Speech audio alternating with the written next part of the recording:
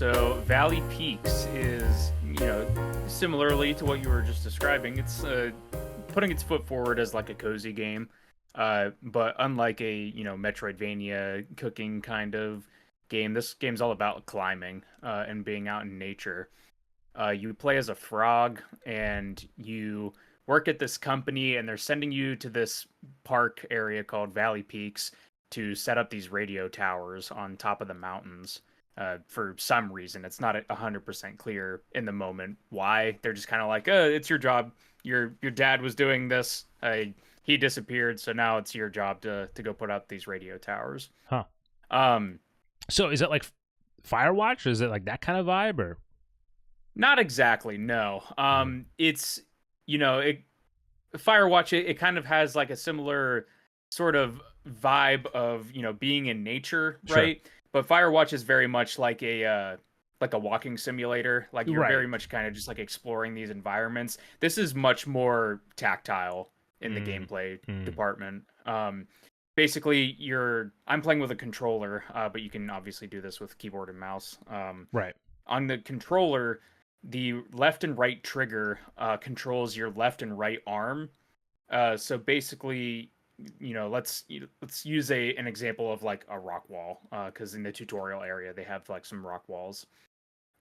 Basically, the game is played in first person, and you'll walk up to the wall, go ahead and grab onto a point on the wall, and then as your hand is holding onto it, you can use the movement stick to kind of like position yourself, kind of like almost like you're pulling yourself up, but you have a little bit more of, control over where you are in space, basically. Right.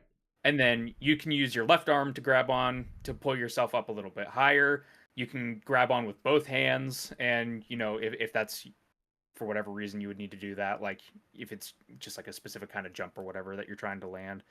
But then you can also jump while you're holding, and that'll get you up higher, to grab onto harder to reach holds, basically. Yeah. Pretty self-explanatory for climbing. Right. Right. It's pretty intuitive. I think if you are a person that possibly has like a fear of heights or something, like maybe this game would not be for you, because the way that the you think it'd camera be convincing perspective and everything.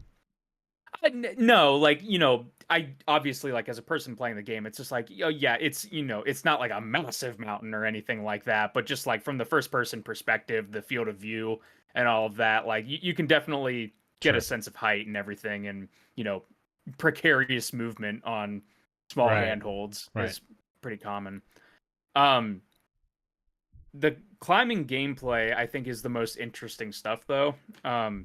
Basically, I texted you earlier, Sri, but there is a story in the game, and this is, I believe it's described as like a micro open world or something like that. Huh. It is completely open, but it's not like, you're not spending like 20 minutes walking to the other end of the map. Like if you're booking it, like you'll get to the other end of the map in like 3-4 minutes, maybe. Like it's a small a small world. There's 12 mountains in total, and basically each mountain, what I like, it has 3 different routes, and they're color coded. So there's the blue route, the yellow route, and the red route, and those denote the difficulty of the route. So it's really like almost like bouldering, just because isn't that how bouldering is too? Like rock climbing, like it's like there's colors to denote difficulty. Yeah, I'm not super familiar with all of that, but I've just been watching bouldering videos recently. I think that's what it is. Yeah.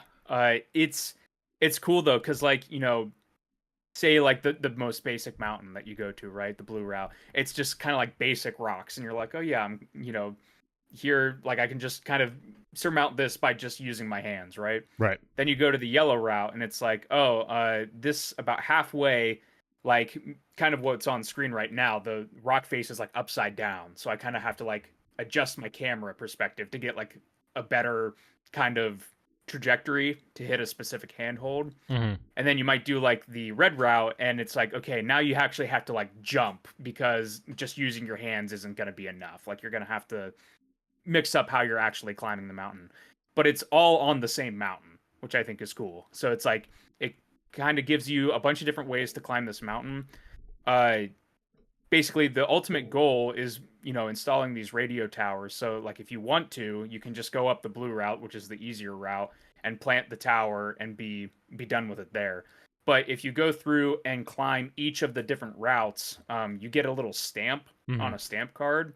And once you've completed each of the routes on a mountain, you can turn that stamp card in and it'll give you a new piece of equipment or like an upgrade. I see.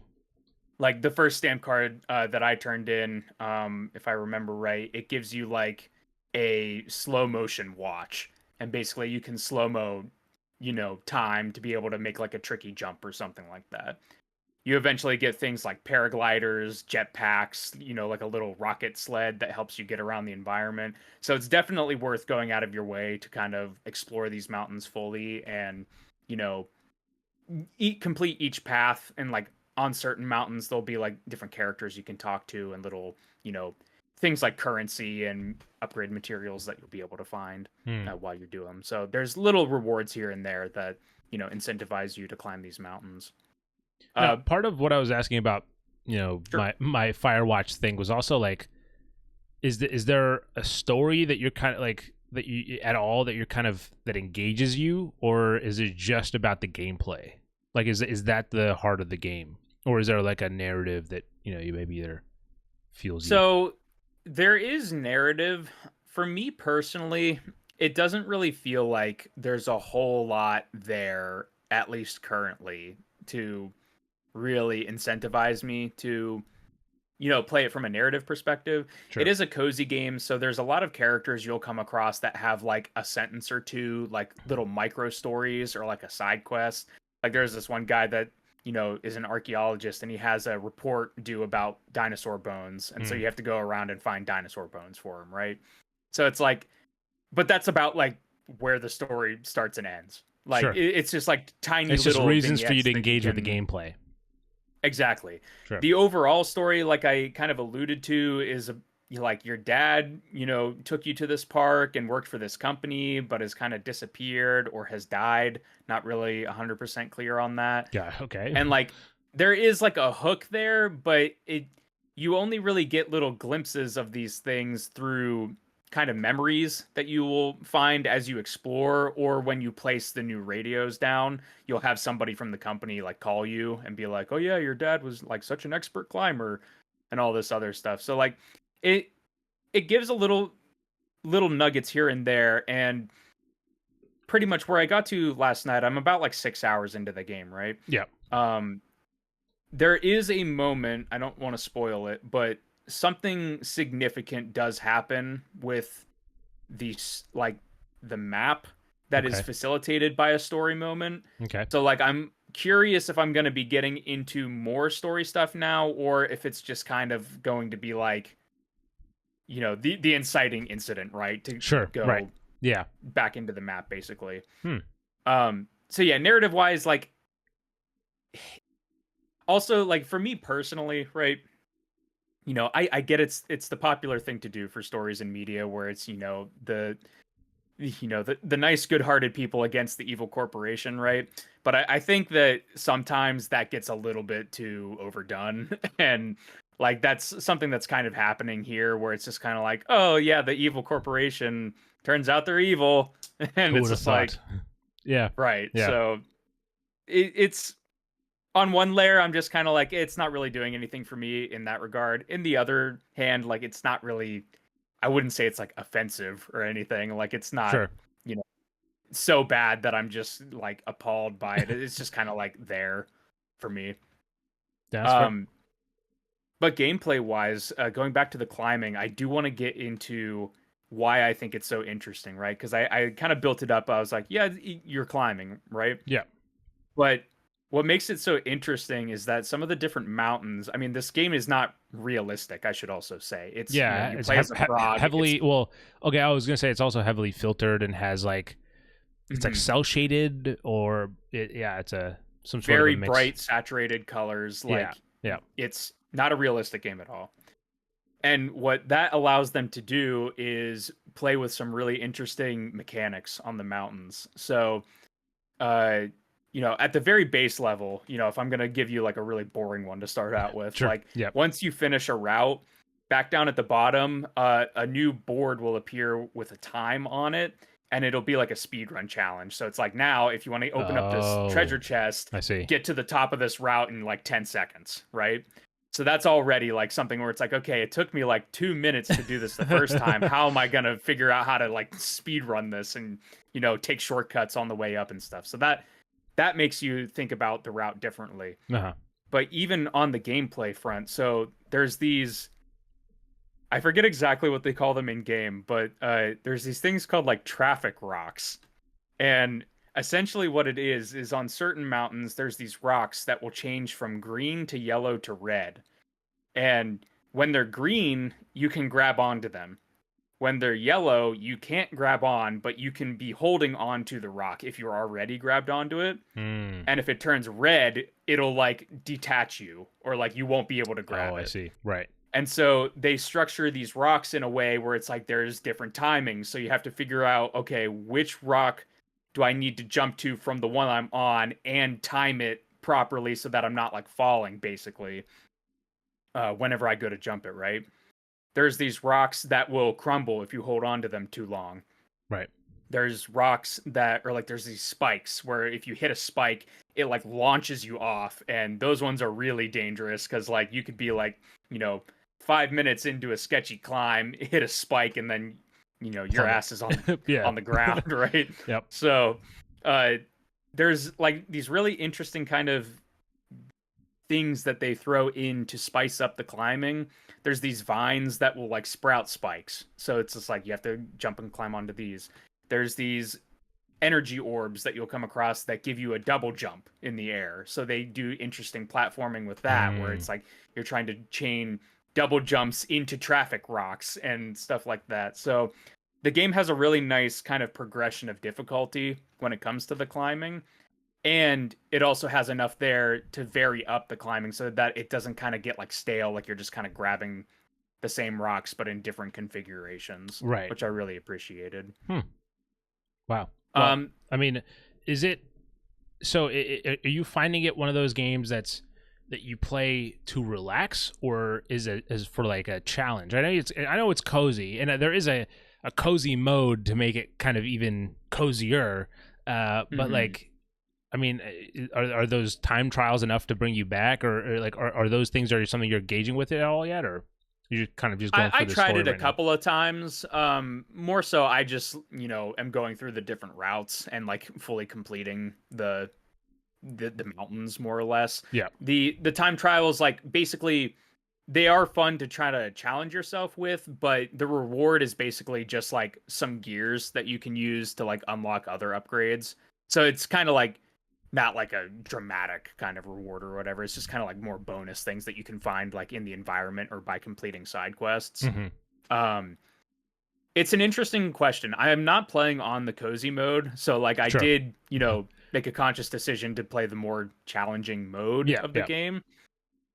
It's, maybe I'll answer it this way. So if you split it into two halves, you have the climbing gameplay, and then you have like the open world exploration kind of questing mode, I'll say. The questing stuff is a lot more relaxing than the climbing.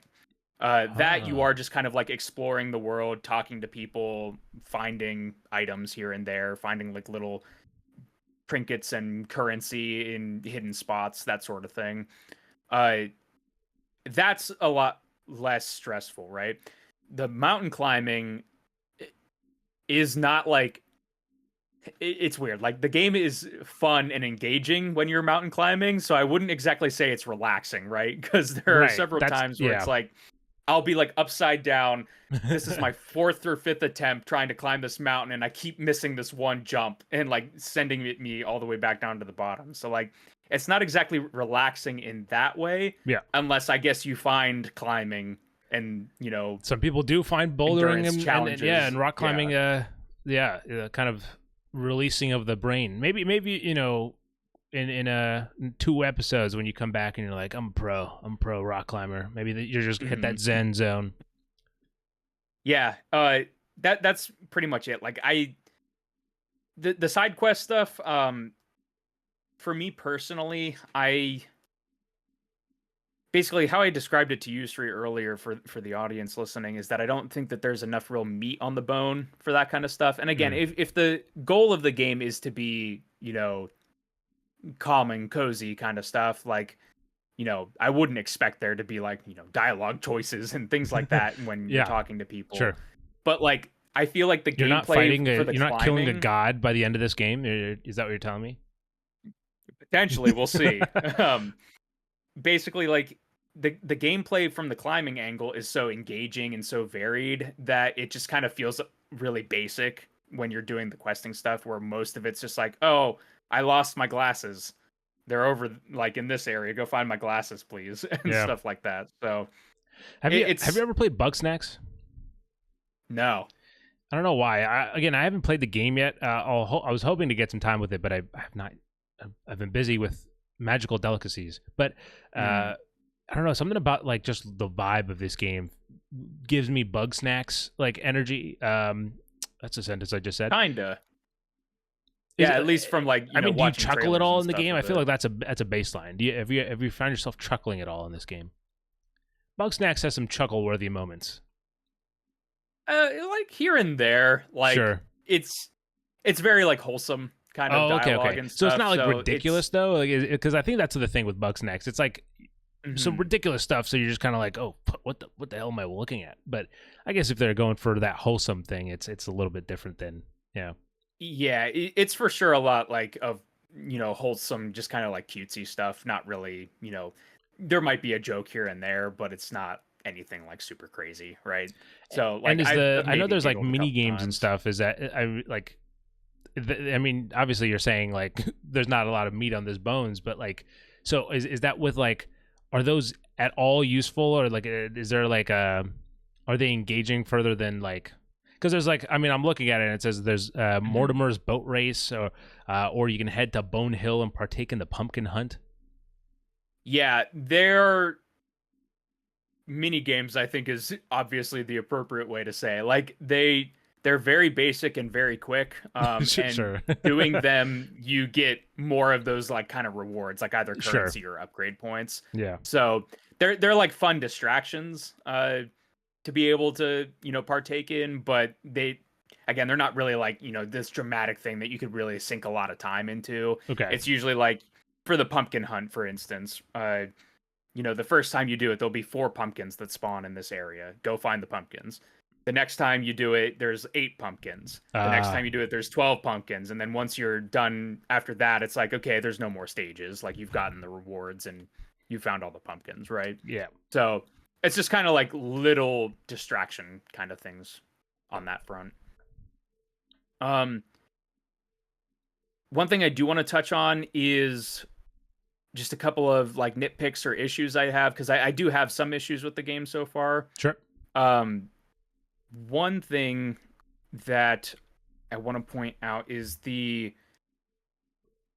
kind of the dichotomy of the how do I want to say this? Here, let me pull up my notes because I we're also doing had it notes, live. and We're doing it. No, it's all right. There's look, if I think if I wanted to go back, I could probably talk for another 5-10 minutes about magical delicacy, but I've been right. I've been trying to keep my notes as focused as possible, so it's hard to translate sometimes. Some of Mhm. those random thoughts that you had. Yeah. So essentially, when climbing, right, there's a big like that. I would say climbing is the main draw of the game. Sure. Uh, the climbing is the most fun aspect of that, but there are a couple of things that can make it a little bit irritating. Uh, One of those is that this doesn't always happen, but it's happened on, a more than once occasion where the game kind of eats an input and that has caused me to fall. So like for instance, maybe I'm trying to use my glider to get somewhere. I jump, press the glider button and the glider does not come out. And so Damn. I've dropped, way further than I intended, right? That one I'm, less really irritated by because it really is pretty infrequent that happens. Yeah. The one thing that I don't like about the climbing is when you're going on the routes, right? Hmm. There's these posts that are numbered and you have to hit the posts on the route basically to get the credit at the top. Sounds okay. self-explanatory, but like Wait, you know, so are those like checkpoints or just like no, they're just just markers that you have to hit. Basically, it's like your requirement. Like if you're going on this path, to say that you to did it? For sure. Yes, you have to hit all of these things. The thing that I've discovered is, you know, at first I wasn't sure what was happening, right? Because I would go up on this route, I'd be like 3 posts in out of like 6, right? And I'd be going for a tricky jump, and then for whatever reason, real quick, you know, my progress are these the things that are at the bottom right that show like little dots? Are those markers? Yes. So whenever you hit a post, we'll see if it happens here. Yeah, like down in the bottom right there, you see how there's like 5 circles. Yep. That's your progress. So there would be like a time where I'd be like, you know, partway through or like pretty high up on a mountain, and then I would fumble something, not fall all the way down, but just kind of fumble something. Yeah. And my progress resets.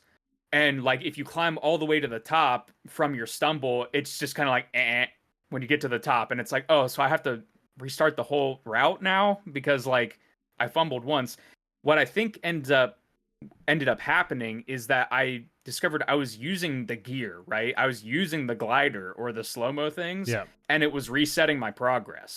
And if that is intentional, like they want you to climb the route, right? They don't want you to like, you know, just bypass things with like the jetpack or anything. Yeah.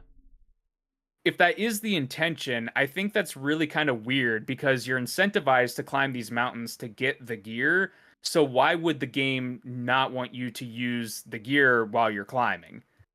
Okay. Yeah, I see what you're saying. So that's kind of the one thing that like at first, like I said, I wasn't even sure what was happening. It was just like I would fall like a little bit of the way. I'm like, why do I have to go all the way back down to the bottom now? Like, like what did I mess up? That doesn't really make sense. But then I kind of clued in. And I was like, I think this is happening because I'm like switching to my glider partway through this. So that's just like kind of a weird inconsistency that I have with the gameplay that doesn't make a whole lot of sense. If that is the intended way, again, I'm not really even sure if it's intended or not. But that's kind of the issue that I had with it. And I did have one soft lock with the game. Okay. I basically climbed up to the top of a mountain. If the developers are watching, I climbed up one of the mountains and talked with an NPC, and then looked down, and on like a jagged ledge, there was another NPC just kind of crouched there. And so I jumped down to it and talked to the NPC, and it gave me the same dialogue from the person up top, but froze me in the conversation. And like I couldn't do anything until I like booted out of the game and rebooted essentially. So by and large, the game runs really well, and like I haven't really been having many issues like that. It's kind of just like isolated instances, but that was something that did happen while I was playing. But overall, though, I mean, you're gonna stick with it, see how it is. What's your how are you feeling about Valley Peaks? Definitely gonna stick with it. Gonna do a full review whenever I'm done with it. I'm having fun with it. I just think that the big draw is the climbing, and I think a lot of the other areas are not as developed as I would want them to be, like the climbing is.